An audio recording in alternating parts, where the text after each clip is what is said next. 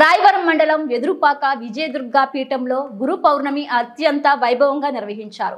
వేకువజాము నుండి విజయదుర్గ అమ్మవారికి అభిషేకాలు, అర్చనలు నిర్వహించారు. అనంతరం పీఠంలో వేంచేసి ఉన్న షిరిడి సాయినాథుడు, దత్తాత్రేయుడు, శ్రీకృష్ణ పరమాత్మలకు అభిషేకాలు, అర్చనలు నిర్వహించారు. భక్తులు అధిక సంఖ్యలో విచ్చేశారు. మౌనినే నమః వాగ్గురుభ్యో నమః జ్ఞానవల్కాయై నమః వాగ్గురుభ్యో నమః మహారాజాయై నమః